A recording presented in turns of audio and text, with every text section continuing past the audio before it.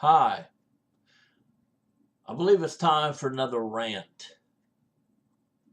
My friend Jerry Witt made a posting on Facebook about a new weapon in the Israelis' arsenal. It's a weapon that can shoot around corners. Very high-tech weapon. I noticed that the Israelis have always been forerunners of weapon technology. Even though they might buy aircraft from us, they've always been innovative in technology for homeland security. And I'm glad you posted that, Jerry. Thank you very much. If you find out anything else about the Israeli forces, Jerry, and anything they might develop, please post it on my Facebook page. I'd like to hear more. Thank you. Want to give a rant on the Marine Corps. I believe it was Jerry. Maybe it was somebody else. I can't remember. But they posted a link to the Marine Corps Warrior song on YouTube. Let me just tell you a little about the Marine Corps. My motto for the Marine Corps is this: the Marine Corps, tough enough for battle, soft enough to care about little children. Marine Corps has always been hard and ready for battle. Ever since the Revolutionary War, up through the Spanish-American War,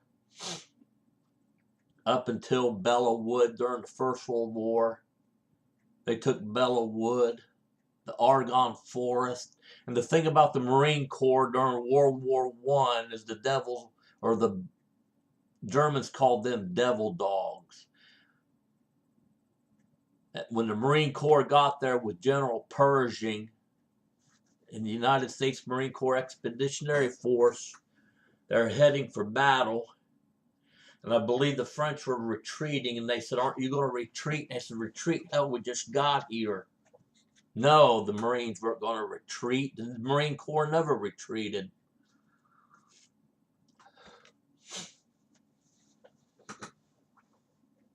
Marine Corps has always been the first ones in and last ones out. Like I said, during the First World War, they could pick a man off at 800 yards. Let's look at World War II, please. World War II, well, combined efforts of the Navy. They took back Guam, which was taken by the Japanese. And speaking of which, Guam had a very small force of Marine detachments during World War II. The Japanese came in, they fought to the very last.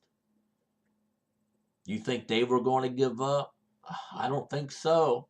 Never in history has the Marine Corps ever gave up. Let's look at Vietnam. When they were in Vietnam, they had to go through areas ravaged with Agent Orange. My friend Sean is a very good friend of mine to this day. His dad was in the Navy. He was stationed on Guam. He developed cancer later in life. We thought it was due to Agent Orange. Anderson Air Force Base was a staging area for Vietnam. Any Agent Orange that went to Vietnam was shipped through Anderson first, then flown to Vietnam.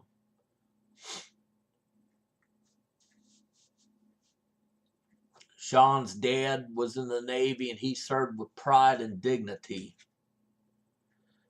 My son Kyle, his great uncle Lonnie, was a Marine in Vietnam. Unfortunately, he developed cancer, and it was through Agent Orange. He had brain cancer. Shortly before he died, he had the mentality of a 5-year-old.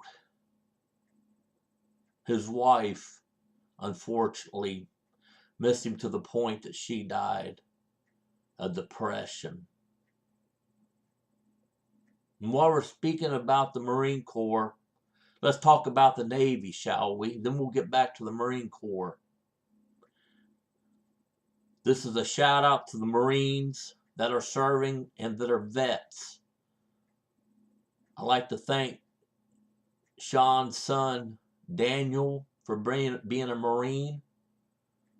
He served in this country honorably as a Marine. Sean went with his son to the Navy recruiter. His son Daniel figured that the Navy wasn't for him and he went to the Marine Corps. He's gladly serving with honor and pride. Sean, my friend Sean, retired from the Navy. And the story about Sean is when he was an engineman aboard ship, he had to go off ship in South America and do extractions for the Marine Corps. The Marines were taking on small arms fire.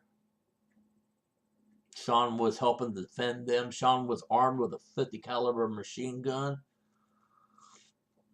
Sean was afraid, but he manned up. Courage took over. I want to thank Sean, my friend Robert Pugh, and Tom Hodson for serving in the Navy. Sean went from being an engineman to a master at arms.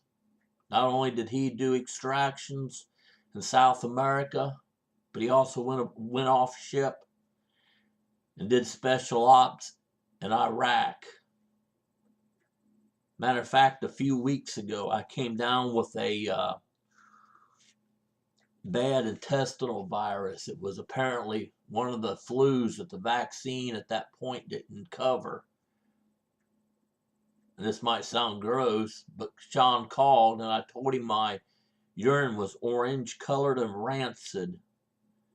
He said he knew about that. That's dehydration. He experienced that in Iraq. My good friend Robert Pugh goes back to high school. Very intelligent individual. I believe he was airframe and power plant in the Navy. I talk to him on a regular basis.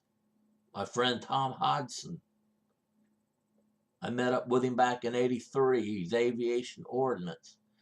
In '83, he said he hated the Navy and wanted to get out. I talked to him in 2004. He served 23 years in the Navy and retired as a senior chief petty officer. Now, going back to the Marine Corps, my pastor, Mark Sage, Mainville Baptist Church, him and his wife both were in the Marine Corps.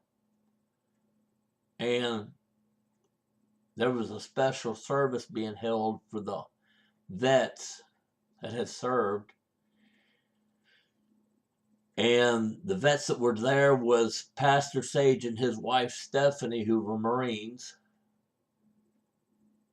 I can't remember his last name, but I went to a different church with him. His name was Rick. He retired from the Air Force Reserve as an aircraft mechanic. Charlie Wise, who was at England Air Force Base during Korea, met his wife in Alexandria. I was there from the Air Force. I was at England Air Force Base. I didn't like England Air Force Base. Hated TAC, Tactical Air Command. My heart was with Strategic Air Command, heavy bombers, the B-52, because it rained down wrath on the North Vietnamese.